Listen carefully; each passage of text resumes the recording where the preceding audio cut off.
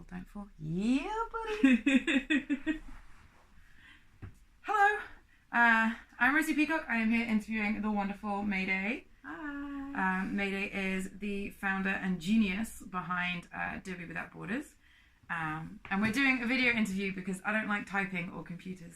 So, also, we're in possibly one of the coolest flats in all of Berlin. It's rad. Okay. Hello, May. Hi. So we have just finished being at EROC, where you did a talk explaining more about Derby Without Borders and your project. Would you mind telling us a little bit about Derby Without Borders and what it is that you're trying to do? Absolutely. So Derby Without Borders exists to break down different barriers to accessibility within roller derby.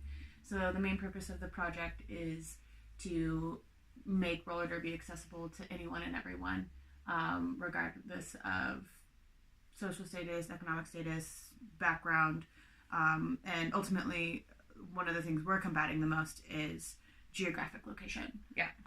Because there are a lot of leagues starting up all over the world, kind of popping up in new places where there might be barriers culturally, again, geographically, financially, preventing them from participating in the sport. Yeah.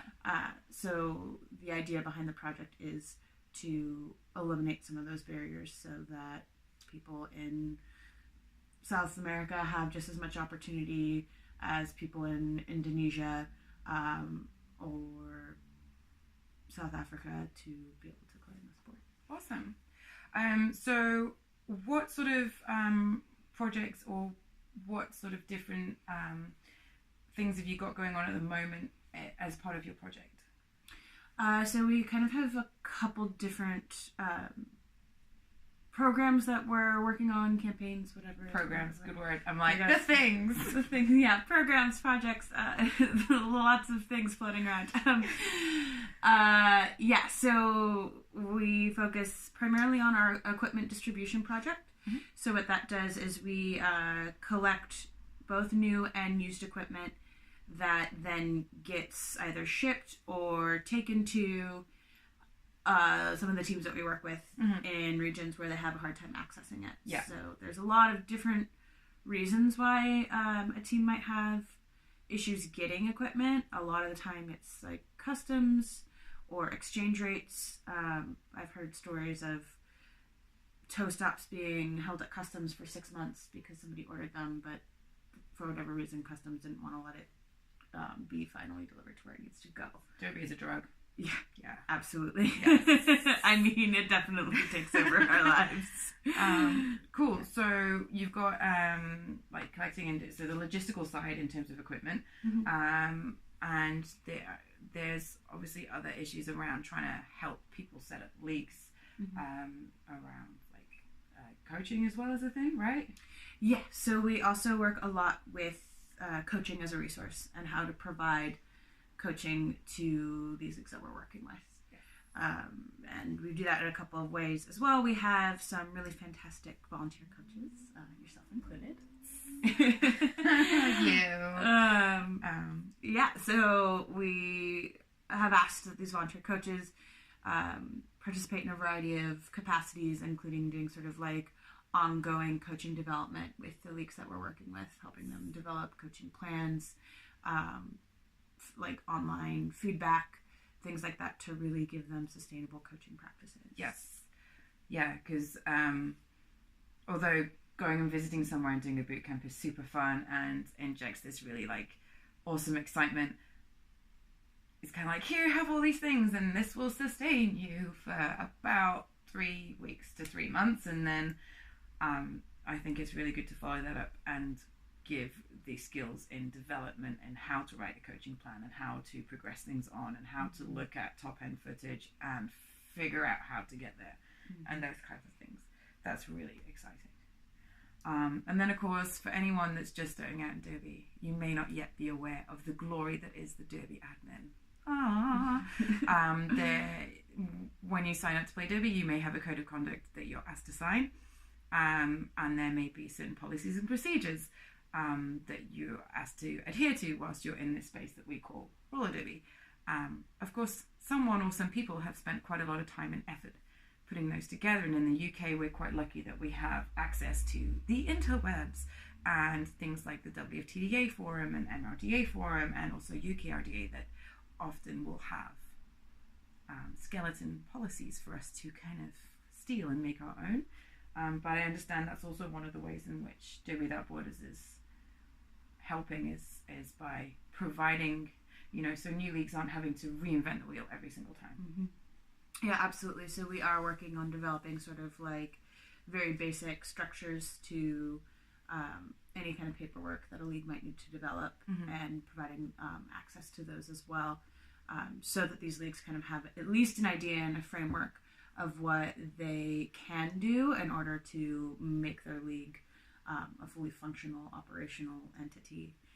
And even that's things like around social media for their league and like branding and marketing and how you develop a logo or even like a name. Like that's one of the things I'm working on with one of the leagues I work with is what do we call ourselves? Yes, because of course all of this also needs to be very culturally competent and sensitive and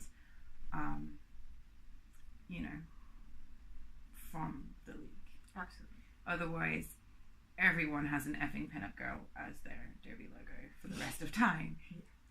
Not that there's anything wrong with that. Okay, so thinking about the views of the Derby directory, how can UK leagues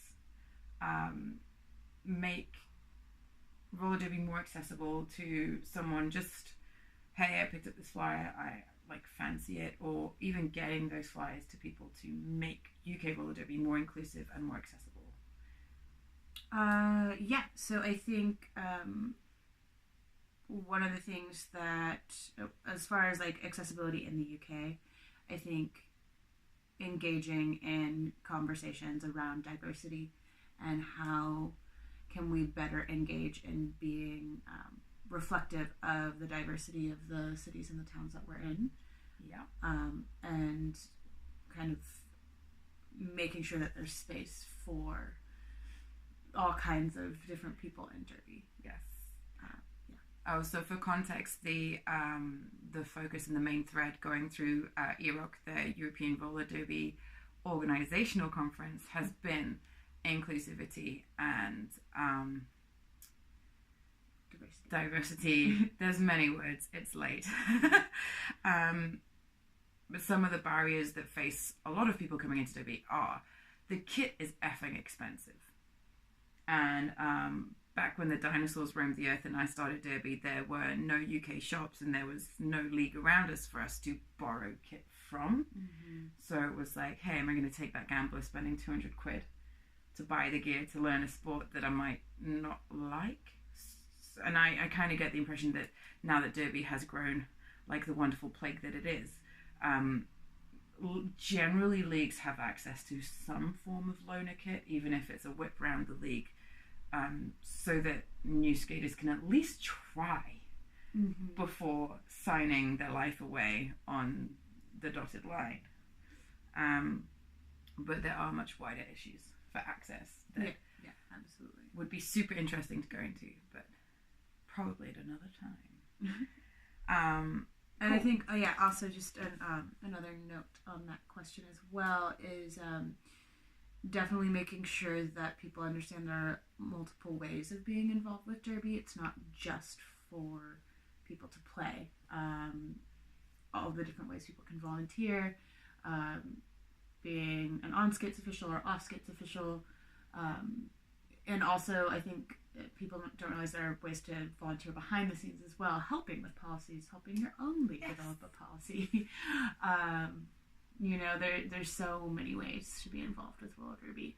And also, ultimately, having fans who don't skate is actually really important too. Love fans. Yeah. I had one this one time. It was great. I can't wait till it happens to me.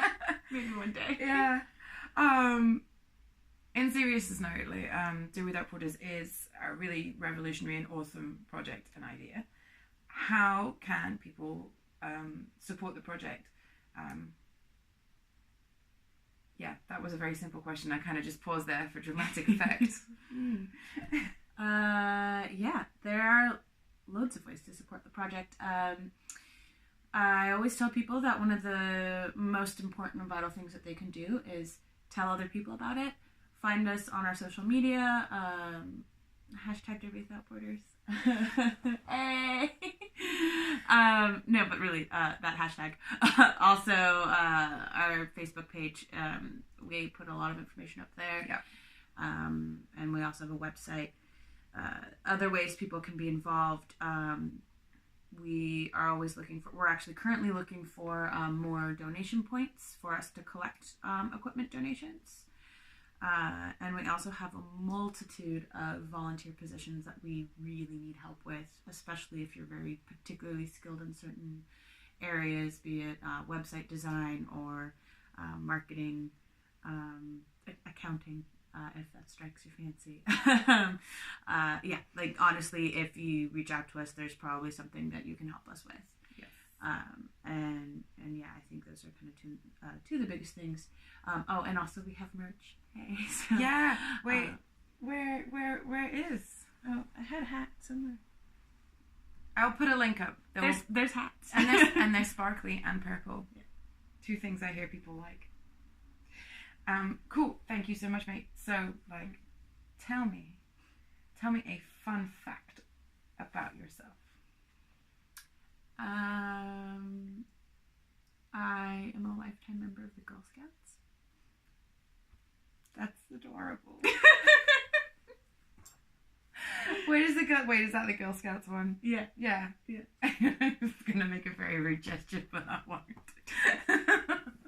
Unless I remember the Girl Scouts? Yeah. Ah. Yeah. Since So you get it 5 like years old.